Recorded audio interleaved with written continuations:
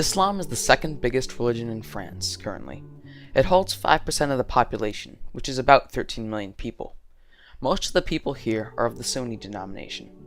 There is a minuscule population of Muslims that are considered radical or extremists, and these people give Islam a bad name. The French people have interpreted the incredibly small radical population for the entire faith of Islam and treat all the Muslims of France poorly. But why is it that the French people are afraid or scared of Muslims and Islam? France for many years had an open door policy, accepting people who would enter the country. This was crucial during the 1960s and 70s when many migrants came from Algeria and Tunisia, bringing their Islamic values with them. France is considered part of the West and is a fairly liberal country that is usually tolerant of many things. Many events have occurred that have shown a persecution of Muslims recently. Although France epitomizes many Western values such as tolerance and acceptance, there are still strong social customs and laws perpetuating Islamophobia. What's in a name? Just something to identify you, right? Maybe representative of your culture?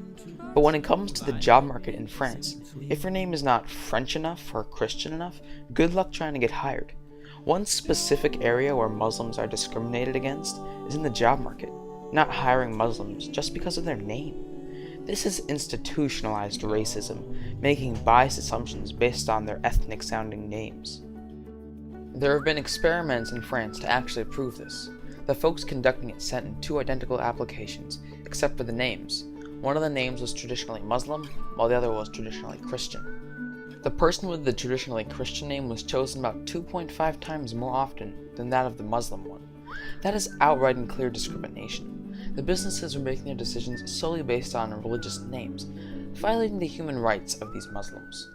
Especially in France, making fun of Islam and its intricacies have become a common practice that is not only offensive but hypocritical. Showing stereotypical or even racist drawings to make fun of their religion is offensive, and if the same thing were to be done to Christians, there would be a huge outrage. No person should ever be subjected to people harassing them because of their faith. Another important matter is the recent banning of face coverings in France. This ban was enacted in April 2011, not allowing people to wear facial coverings. This includes niqabs and burqas, traditional Muslim wear, and also costume heads that cover the face unintentionally. Now, the French government says that they're trying to protect their citizens because they say they need to identify people for security. Also, they said it blocks social interactions that would be better for everyone. This is a direct attack at Islam because the French think that the Muslims must be dangerous for some reason, therefore having to identify them.